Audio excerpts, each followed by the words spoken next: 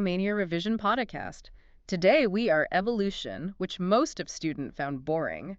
But today we will make its revision interesting. I love the energy Yeah, because this topic deserves it. it really does. And I know that intro is a lot, but the core message is so important. We really need everyone listening to lock in. Absolutely, because we're not just, listing facts today. We're telling a story. The biggest story there is, really, the history of everything. Exactly, from the Big Bang all the way to, well, to us sitting here talking about it. So for everyone listening, if you can, close your eyes and let's actually build this world, this universe, from scratch in our minds. I like that. We're not just studying biology, we're visualizing cosmology. Yeah. And our mission today is to take the source text, which we're treating as the absolute exam-ready truth, and really unpack it. We're going to decode what the text calls the conjectured stories of life's origin.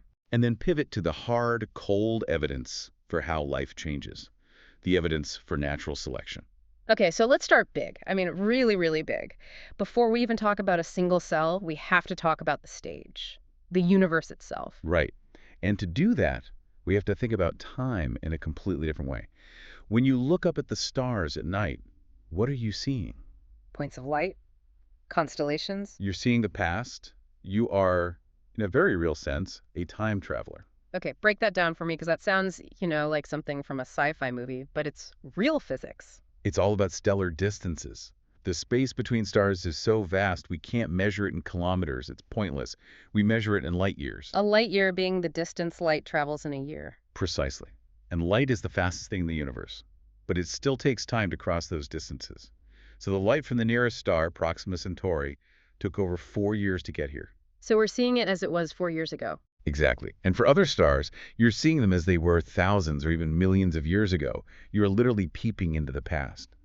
That star might have exploded and died a million years ago, but its light is just reaching us now. That is deeply unsettling and also very cool. So how far back can we peep? What's the age of the whole show? The current estimate is that the universe is approximately 20 billion years old. 20 billion. It's a number so big your brain just kind of slides off it. It's almost an abstract concept. Yeah. But the theory that explains its origin is something everyone's heard of, the Big Bang Theory. Right. Not the TV show. Not the TV show, no. The idea is that everything we see, all the matter, all the energy, was once concentrated into a single, infinitesimally small, hot, dense point. A singularity. Yeah, boom. A singular, huge explosion, an expansion, really. And the universe began to expand, and it's still expanding today. And as it expanded, it must have cooled down, right? Like steam coming out of a kettle. Exactly. As the universe expanded, the temperature dropped. And in that cooling process, the very first, simplest atoms began to form. Hydrogen and helium. So just gas floating in a vast, dark, cooling space? Pretty much. But then a force took over that shaped everything that came next. Gravity. The great sculptor. The great sculptor.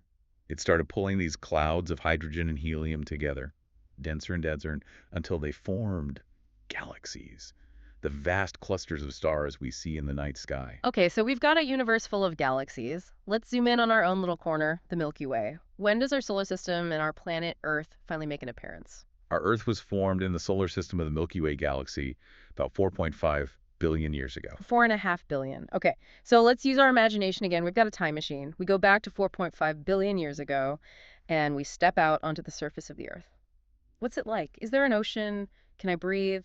You would be dead in a fraction of a second. Ugh. There was no atmosphere on the early Earth. No air at all. Not in the sense we think of it. The planet was a molten mass, a glowing ball of liquid rock. And the surface was just constantly releasing gases from this molten core. What kind of gases? A pretty toxic cocktail. Water vapor, methane, CH4, carbon dioxide, CO2, and ammonia, NH3. So a hot, poisonous volcanic wasteland. Lovely.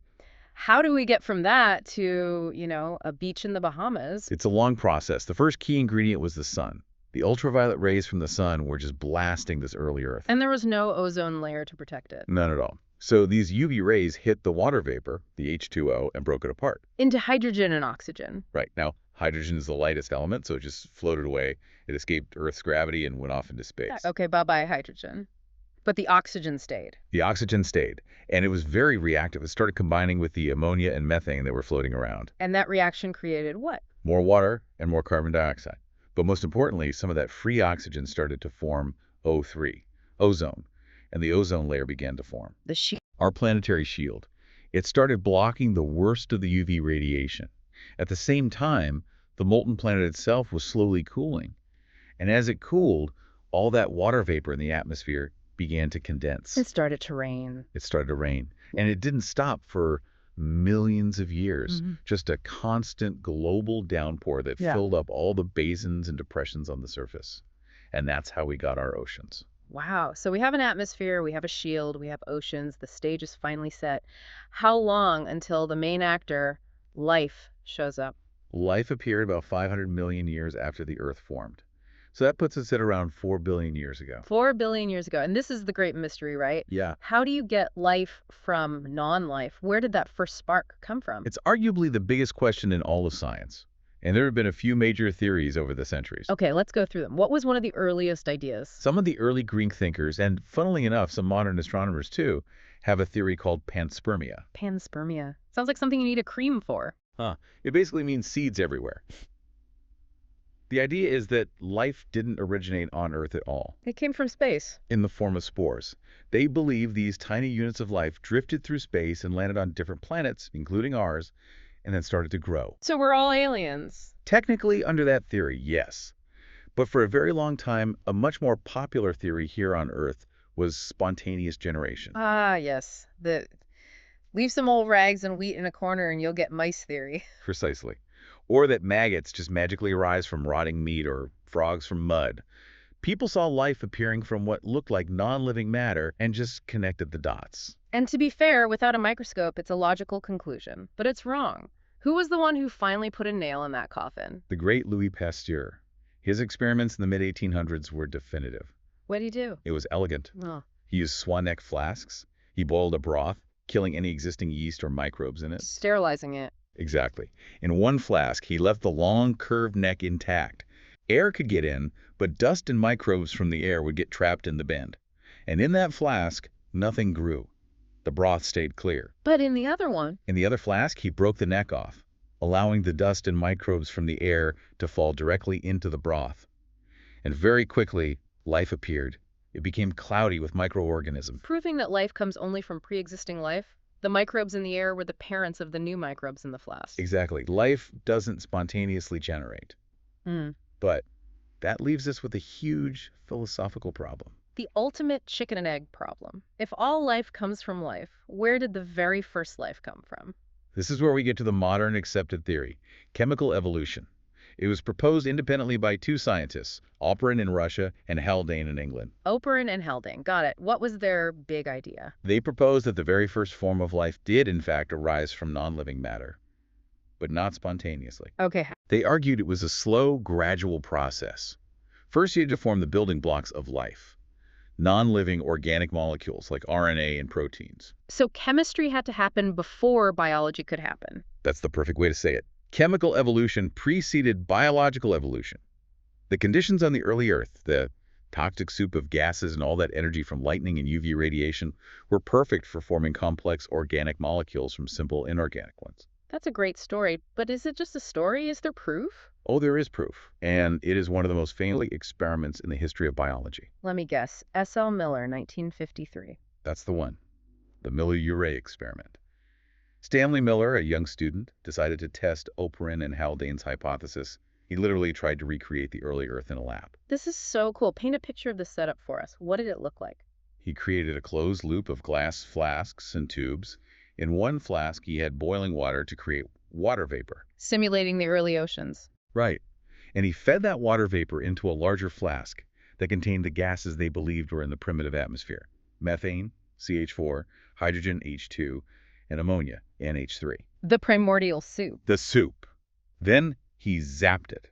He put 2 electrodes in that flask and created a continuous electric discharge. Sparks, basically. Artificial lightning. And he kept this whole system at a blistering temperature, right? 800 degrees Celsius. He let this apparatus run for about a week with the water circulating, getting zapped, condensing, and repeating the cycle. And at the end of the week, what was in that condensed water? He analyzed the dark, soupy liquid that collected at the bottom, and he found amino acids. Wow. And just to remind everyone, why is finding amino acids such a massive deal? Because amino acids are the building blocks of proteins, and proteins do.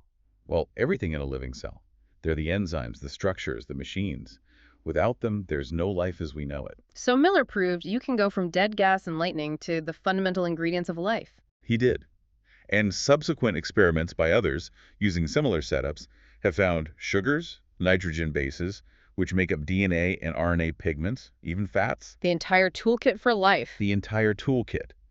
And what's more, when we analyze meteorites that fall to Earth, we find these same organic compounds, which suggests that this process, this chemical evolution, isn't unique to Earth. It's likely happening all over the universe. Okay, so we've got the ingredients, we've made the building blocks. How did they assemble into the first living thing? The theory is that the first non-cellular forms of life probably appeared around 3 billion years ago. Non-cellular, what does that even mean? Think of them as giant molecules, maybe RNA or proteins, that were enclosed in a simple membrane, like a little capsule. They could maybe replicate themselves, but they weren't true cells yet. Sort of a pre-cell. Exactly. Yeah. The first true cellular forms of life didn't appear until about 2,000 million years ago. 2,000 million, so 2 billion years ago. A billion years after the first capsules. Right. And these were single cells living in the water. Yeah. Critically, all life began in a water environment. And this whole accepted theory, from inorganic molecules to organic molecules to the first cell, is known as biogenesis. Okay. So we've done it. We've gone from the Big Bang to the first living cell. An incredible journey. But now the second big question. How do we get from that one single cell to the millions of species we see today? From that cell to a blue whale or a redwood tree or us? That, my friend, is the story of evolution. And before we get into the nuts and bolts of it, it's worth noting that this idea was revolutionary. For a long time, the dominant idea in the West came from religious literature. Yes, the theory of special creation, which has 3 main points. 1, all living organisms we see today were created as is. No change. 2, this diversity was always the same and will always be the same. And 3, the Earth is about 4,000 years old. But in the 19th century, observations started to poke holes in that idea. And the man with the biggest pin was Charles Darwin. The man who changed biology forever. He set sail in the 1830s on a ship called the HMS Beagle. The Beagle. I love that. He's like a scientific puppy, sniffing out clues all over the world. That's a great image. He sailed around the world, but his most famous stop was the Galapagos Islands off the coast of South America. And what he saw there, and everywhere else, led him to a profound conclusion. Which was? That existing life forms share similarities.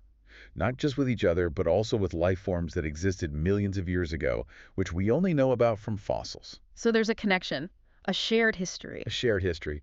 He realized that life evolves gradually. Mm.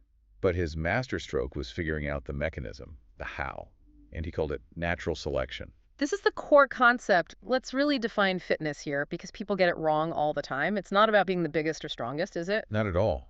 In Darwinian terms, fitness means one thing and one thing only: reproductive fitness. How many babies you have that survive to have their own baby. That's it. It's about being better adapted to your specific environment.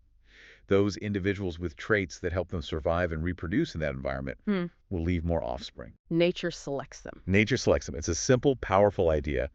And we have to give a shout out to Alfred Wallace. The other guy. The other guy. A naturalist working in the Malay archipelago, which is modern-day Indonesia. He independently came up with the exact same theory of evolution by natural selection. Wow. So the idea's time had just come. It had. And all scientific theories, no matter how brilliant, need evidence. And for evolution, the evidence is overwhelming. Okay, let's become detectives. Let's look at the evidence piece by piece. Where do we start? Let's start with the most direct evidence. Digging in the rocks. Paleontological evidence. Fossils. Fossils. The preserved remains of hard parts of organisms. Bones, teeth, shells found in rocks. Specifically in sedimentary rock. I always think of sedimentary rock like a stack of old magazines in a basement. That is a perfect analogy. The rocks form in layers, or strata, over millions of years. The layer at the very bottom is the oldest, and the layer at the very top is the youngest. So where you find a fossil in that stack tells you how old it is relative to other fossils. Exactly. And when paleontologists study these rock strata, they find that different layers contain different forms of life. You don't find rabbit fossils in the same layers as dinosaur fossils. It tells us a story over time. It does. It shows that some life forms, like the dinosaurs, lived and then went extinct. It shows that life has changed, that species arose at different times. It's a history book written in stone. Okay, evidence number one, the rock record. What's next? Let's look at embryological evidence. Yeah. This one's a little tricky because the original idea was a bit overstated, This is Ernst Haeckel's idea, right? Ontogeny recapitulates phylogeny. which is a very fancy way of saying that an organism's development, its ontogeny, replays its evolutionary history, its phylogeny. He pointed to things like human embryos having, for a short time, what looked like gill slits. Yes, he argued that at that stage we were replaying our fish ancestor stage, but that idea was later disproved By whom? by Carl Ernst von Baer. He carefully studied embryos and noted that, yes, the early embryos of different vertebrates look very similar, but they do not pass through the adult stages of other animals. So a human embryo never becomes a fish. Never. It's just that all vertebrates, including fish and humans, share a common ancestor, so our early developmental blueprint is very similar. Those aren't really gill slits, they're pharyngeal arches that develop into different things in fish versus humans. Okay, so a fascinating clue, but not as literal as Haeckel thought.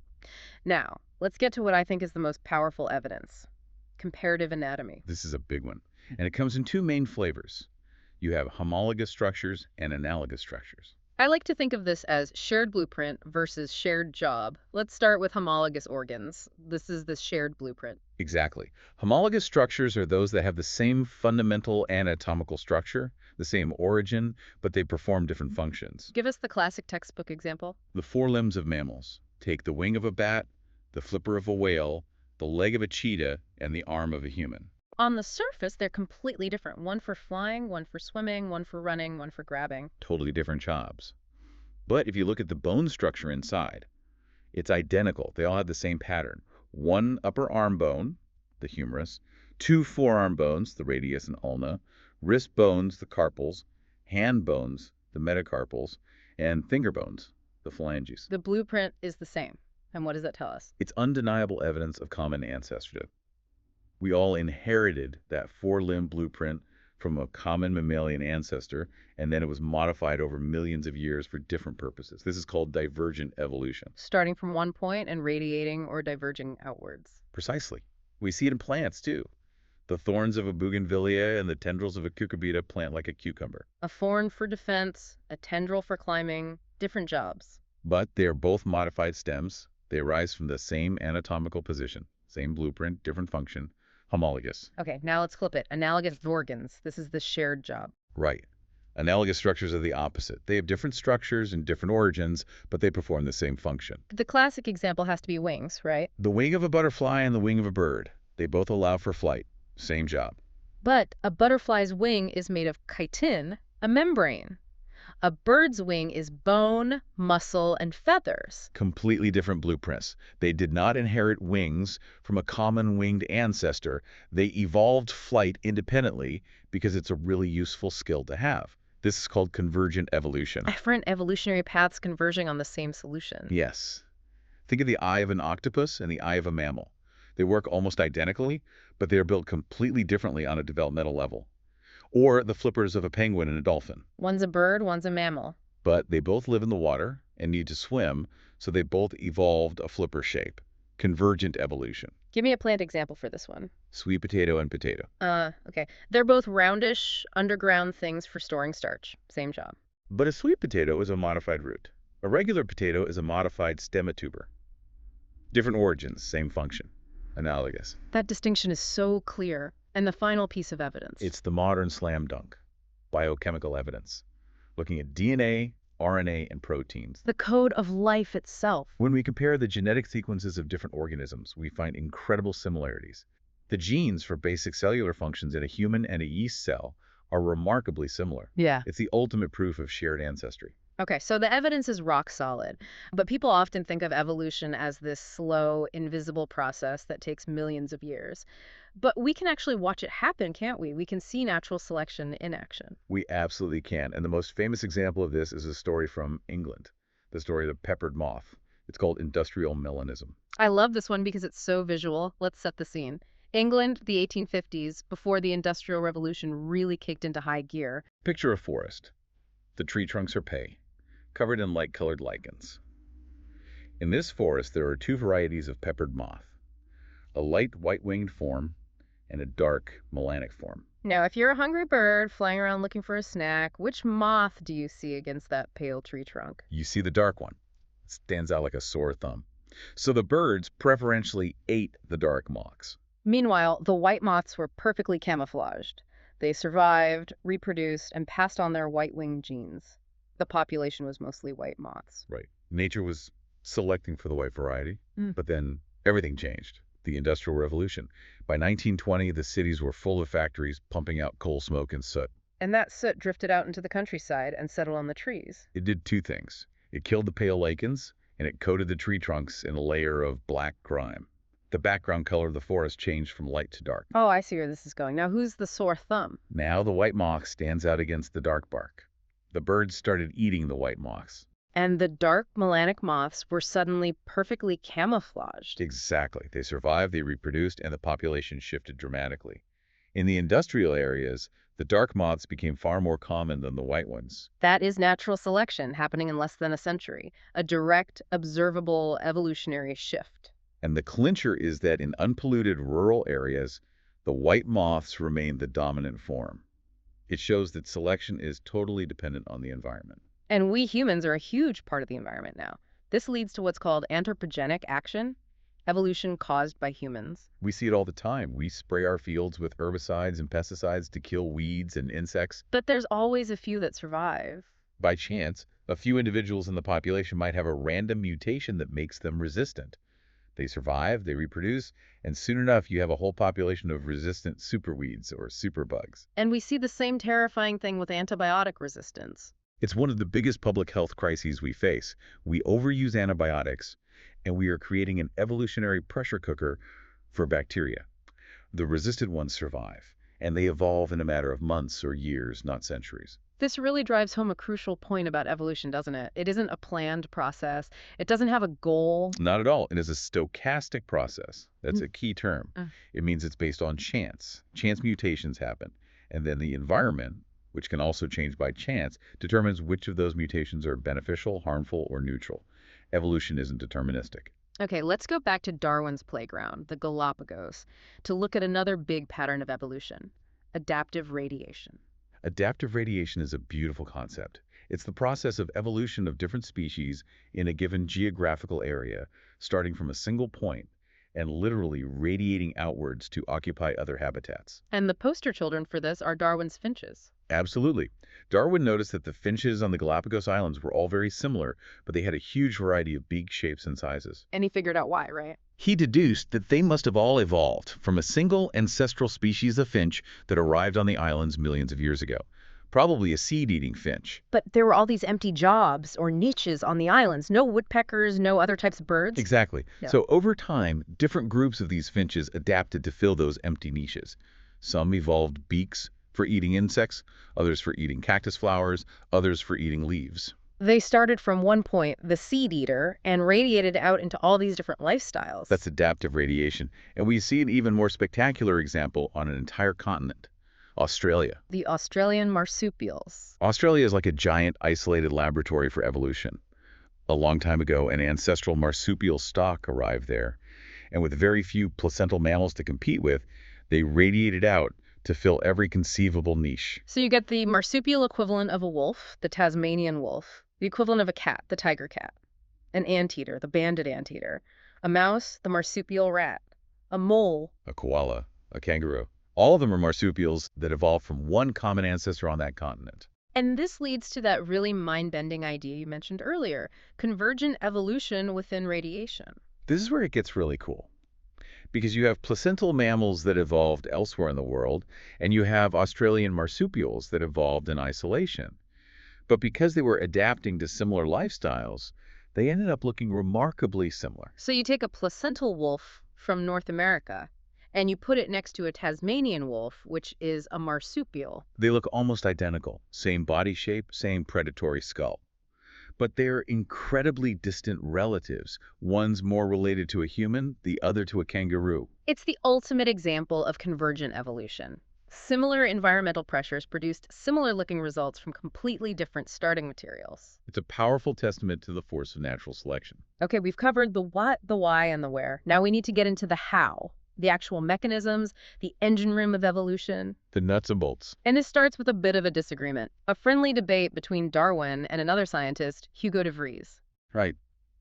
Darwin's view of evolution was that it's gradual. He believed that variation within a population is small, continuous, and directional. Little changes accumulating over vast stretches of time. Slow and steady wins the race. That was Darwin's idea. But Hugo de Vries, who worked with a plant called the evening primrose, had a different take. He was all about mutation. And mutations are not slow and steady. Not at all.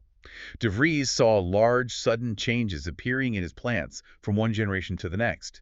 He believed these mutations were random and directionless, and they were the true drivers of evolution. He called this idea saltation. Saltation, meaning a big leap. A single step, large mutation that creates a new species overnight. That was his belief. Now we know the truth is somewhere in the middle. Mutations provide the raw material, and natural selection then acts on it, often gradually. But to understand how this works at a population level, we need to bring in some math. Oh boy. Everybody take a deep breath. We're about to talk about the Hardy-Weinberg Principle. Don't be scared. The equation looks complicated, but the idea is very simple. Okay, the equation is P plus Q2 equals P2 plus 2PQ plus Q2 equals Q2 equals a level one. What on earth does that mean? Think of it this way. The Hardy-Weinberg Principle describes a hypothetical population that is not evolving. It's a baseline, a control group. It's called genetic equilibrium. So it's a statement about stability. Perfect. It states that in a large population, the frequencies of alleles, the different versions of a gene, will remain constant from generation to generation if certain conditions are met. So in the equation, $T are the frequencies of the two alleles. Let's say allele A and allele A. Right. And since there are only two, you've got it. The whole point of the principle is to identify the forces that disrupt the equilibrium, the things that cause the frequencies to change. Those are the forces of evolution. And there are 5 of them, right? The 5 factors that can mess with the balance. That's right. Number 1, gene migration or gene flow. Individuals from one population move to another, bringing their alleles with them. So new genes are introduced or existing genes leave. The balance is broken. Correct. Number 2, genetic drift. This is evolution by pure chance. It's most powerful in small populations. This is where the founder effect comes in, isn't it? Exactly. Imagine a large population on a mainland, and a few individuals get blown away by a storm and land on a new island. They found a new population. And just by chance, the allele frequencies in that small group of founders might be very different from the mainland population. Right. If one of the founders happen to have a rare allele, that allele will now be much more common in the new island population. Not because it's better, but just by random chance. Okay, so we have gene flow and genetic drift. What's number 3? Mutation. The ultimate source of all new genetic variation. A new allele is created, which obviously changes the frequencies. Number 4. Genetic recombination. The shuffling of genes during sexual reproduction. It doesn't create new alleles, but it creates new combinations of alleles for selection to act on. And the 5th and final factor. The big one, natural selection. When nature favors certain alleles over others, their frequencies will, by definition, change over time. So these 5 forces are the engines of evolution. They are what pushes a population out of that stable Hardy-Weinberg equilibrium. Precisely. And natural selection itself can operate in a few different ways. If you imagine a trait in a population as a bell curve. With the average individuals in the middle peak and the extremes at either end. Right. The first type of selection is stabilizing selection.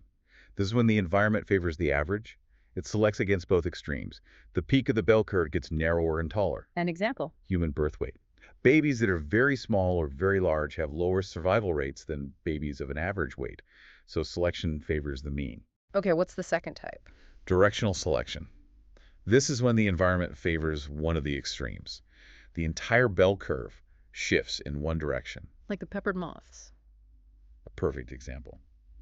When the trees got dark, selection favored the dark extreme, and the whole population's curve shifted towards melanism. And the third type? Disruptive selection.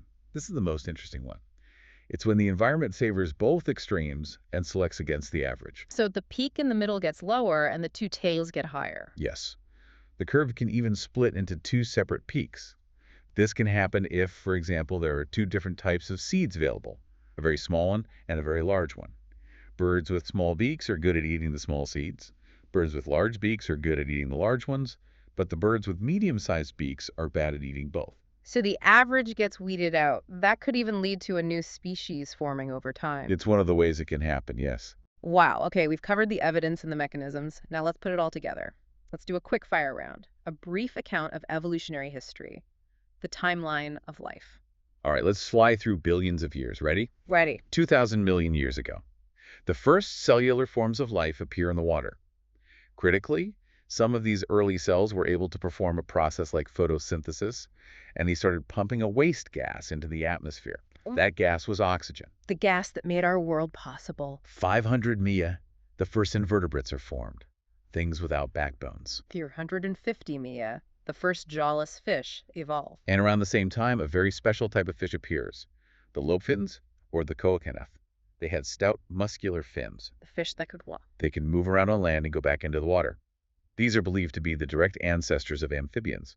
Frogs, salamanders, all of them trace their lineage back to a fish that crawled out of the water. 320 Mia, life is starting to conquer the land. We see the first seaweeds and a few plants on the shores. Then, the amphibians evolve into the next great dynasty, the reptiles. And their key innovation was the egg, wasn't it? But the amniotic egg, it has a thick protective shell so it won't dry out on land. Unlike amphibians, reptiles were no longer tied to the water to reproduce. They could conquer the continents. And conquer they did. For 200 million years, it was the age of reptiles. They were everywhere. Some even went back to the water to become marine reptiles like the ichthyosaurs around 200 Maya. But on land, they became the giants, the dinosaurs. The most famous of them all, Tyrannosaurus rex. The tyrant lizard king, 20 feet tall with a massive skull and teeth like daggers, the apex predator of its time. But then, 65 million years ago, they vanished. All of them, gone. The leading theory is a massive asteroid impact that caused catastrophic climatic changes. But whatever the cause, their reign ended. Well, not entirely. Some of them evolved into birds. True, but the disappearance of the large dinosaurs left a huge power vacuum, and a small furry group of animals that had been hiding in the shadows was ready to take over. The mammals. The first mammals were tiny, probably shrew-like creatures, but they had a secret weapon. They were viviparous. They gave live birth and protected their developing young inside the mother's body. A huge advantage. They were also warm-blooded. When the world changed and the reptiles declined, the mammals exploded in diversity. And continental drift played a big role here, didn't it? A massive role. Hmm? When South America drifted and connected with North America, the more advanced North American fauna outcompeted and drove many of the unique South American mammals to extinction. But Australia drifted off on its own. And its marsupial mammals survived and thrived, isolated from competition. Meanwhile, mammals went on to conquer every environment, even going back to the water to become whales, dolphins, and sea cows. Which brings us finally to the last chapter of our story, the one about us, the origin and evolution of man. Our own family tree. Let's trace the steps. We start at 15 million years ago. What do we find? We find primates called Dryopithecus, who was very ape-like, and Ramapithecus, who was a bit more man-like. Hairy walked on all fours like a gorilla or chimp. Let's jump forward to 3 to 4 million years ago. Now we see man-like primates in the grasslands of eastern Africa. They were small, not taller than 4 feet, but they were walking upright. A huge step, literally. Then, 2 million years ago, we meet the Australopithecines. Also in the East African grasslands, we know they hunted with stone weapons, but their diet was primarily fruit. And now, the first member of our own genus, Homo. The first true hominid. Homo habilis, the handyman. His brain capacity was between 650 and 800 cubic centimeters. And interestingly, the evidence suggests he did not eat meat. Next on the scene, 1.5 million years ago, is Homo erectus. The upright man. His fossils were first found in Java in 1891. He was a real game changer. His brain was bigger, about 900 cc, and he definitely ate meat. He also controlled fire and spread out of Africa. The brains are getting bigger, the diet is changing. Who's next? The Neanderthal man. They lived across Europe and Asia from about 100,000 to 40,000 years ago. Their brain capacity was 1,400 cc. That's as big as our brains. On average, even slightly larger. They were highly intelligent. We know they used animal hides to protect their bodies from the cold, and crucially, they buried their dead. Which implies ritual, abstract thought, a sense of something beyond the everyday. It certainly suggests a more complex culture than anything that came before. And then finally, us, Homo sapiens. The wise man. We arose in Africa and then moved out across the continents, eventually replacing all other hominid species. And our timeline. Modern Homo sapiens really start to show up during the last ice age, around 75,000 to 10,000 years ago. And we start to see the flowering of human culture. Yes, around 18,000 years ago, we get beautiful prehistoric cave art, like the paintings at the Bhimbetka rock shelter in Madhya Pradesh. And then the final revolution, 10,000 years ago. Agriculture. And human settlements, the beginning of civilization as we know it. What a journey. From chemical reactions in a primordial soup, through single cells, fish, reptiles, and tiny shrew-like mammals, to a species that can create art, build cities, and, well, sit here and contemplate its own origins. It really is the most incredible story. It's all about variation, created by chance, being filtered by the pressures of natural selection. And the result is all the beauty and diversity of life on Earth. Man is definitely the most successful story. With language and self-consciousness, we've added a whole new layer to evolution. We have. And the story's still being written. It's been an amazing deep dive, a true revision of everything. Say like the video and tell how it was, and if you want more chapters to revise, then tell in comment section. Thanks for coming on this journey through time with us. Keep asking questions.